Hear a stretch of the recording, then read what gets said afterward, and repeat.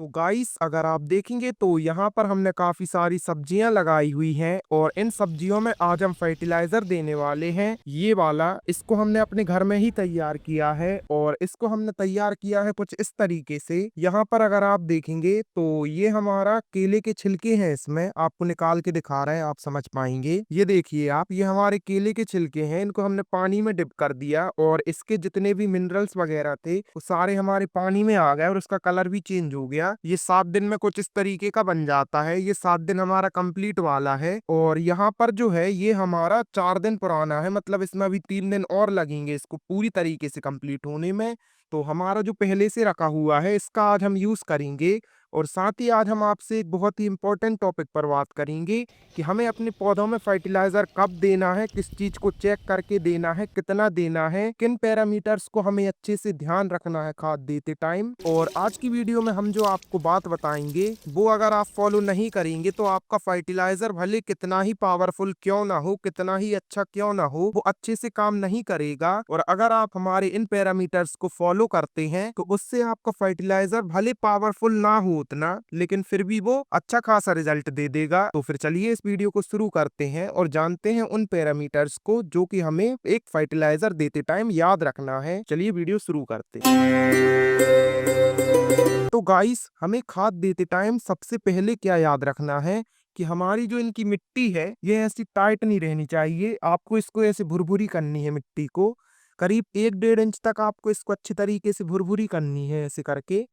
और याद रहे कि इसको 1 से 1.5 इंच तक ही आपको निकालना है, मिट्टी को ऐसे भुरभुरी करनी है। अगर आप इसको ज्यादा कर देंगे तो उससे आपको नुकसान होगा और वो नुकसान क्या होगा कि आपके जो नीचे वाली पौधे की जड़ें हैं वो जड़ टूट जाएंगी और उससे आपको फिर आगे चल के नुकसान हो जाएगा। तो आपको ऐसे ऊपर ऊपर ही करना है, इसको नीचे तक नहीं जाना है। अगर आप ज्यादा नीचे जाएंगे तो आपको प्रॉब्लम क्रिएट हो जाएगी। तो ऐसे ऐसे करना है। चलिए फटाफट हम अपने सारे पौधों को कर देते हैं।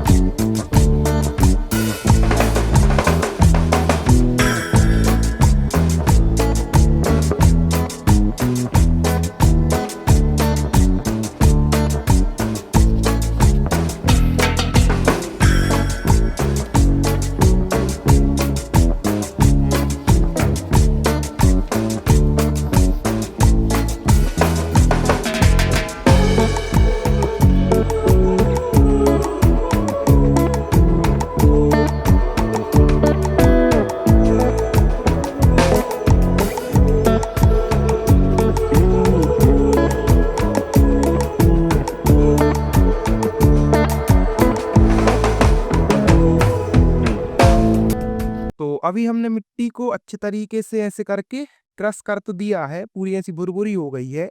और इसको करने का हमारा जो सबसे बड़ा पर्पस था, इसको हमने क्यों किया, तो इससे क्या होता है हमारी ऊपर की मिट्टी ढीली हो गई। अब हम इसमें जो भी खाद पानी देंगे वो अच्छे से जड़ों तक पहुंचेगा। उसके साथ ही हमारी मिट्टी में 1-1.5 इंच तक अच्छे से ऑक्सीजन चली जाएगी, तो पौधों की जड़ें जो हैं वो अच्छे से ऑक्सीजन ले पाएंगी। और उसके साथ ही ऐसा करने से हमारा एक और सबसे बड़ा काम हो जाता है कि हम मिट्टी चेक कर लेते हैं कि हमारी मिट्टी में कितना पानी अभी है, कितना पानी अभी नहीं है। आप ऐसे करके इस मिट्टी को उठाइए और इसको ऐसे लम्स बनाइए। देखिए नहीं बन रहा है, फूट गए। तो ऐसे जब ये फूटेंगे तो इससे क्या होगा, हमारी मिट्टी में पानी नहीं है और अगर ये लम्स बन जाते हैं तो आपको अभी खाद देना अवॉइड करना है करीब 5-6 घंटों के लिए, जब तक आपकी मिट्टी ऐसी भुरभुरी नहीं हो जाती। और अगर 1-1.5 इंच तक आपकी मिट्टी गीली है तो आप अभी इसमें खाद मत दीजिए। जब आपकी मिट्टी अच्छे से सूख जाए कुछ इस तरीके से, ऐसी रहे ना हाथ में, ऐसी भुरभुरी रहे, तभी हमें इसमें अच्छे से मिट्टी में पानी देना है, उसमें खाद डालना है।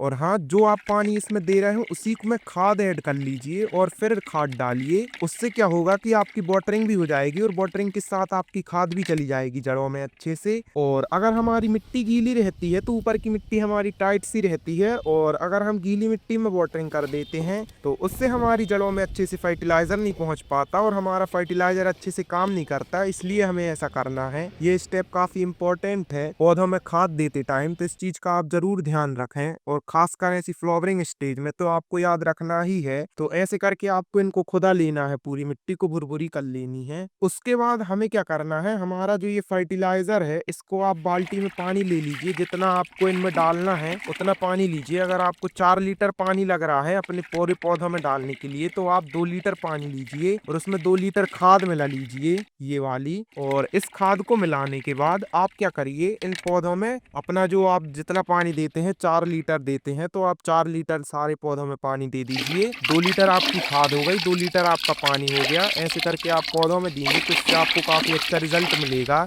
आपके पौधों में प्रॉपर खाद जाएगी और मिट्टी भुरभुरी कर दी है तो उससे और तेजी से डायरेक्ट आपकी जड़ों में खाद जाएगी, ऊपर नहीं रह पाएगी। तो ऐसे कुछ इसके फायदे होते हैं, तो आपको ये वाली चीज जरूर अपनानी है। और हाँ, अगर आपको जानना है कि हमने ये खाद कैसे तैयार की, इसमें क्या क्या होता है, क्या फायदे हैं, क्या नुकसान है, तो आप हमारा चैनल विजिट करके वो वीडियोस देख सकते हैं जिसमें हमने ये खाद बनाना सिखाया हुआ है। और साथ ही आपको हम बता दें कि इससे हमारे पौधों में क्या क्या न्यूट्रिशन मिलते हैं।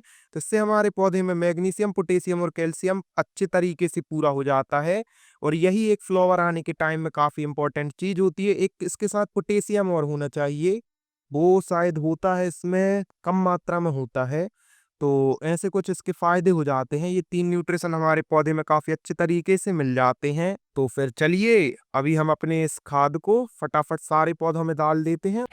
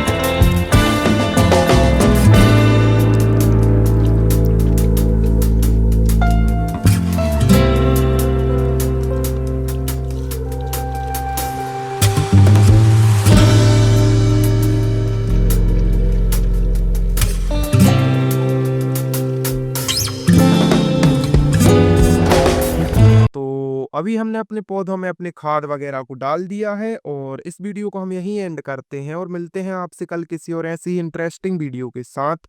तब तक के लिए बाय।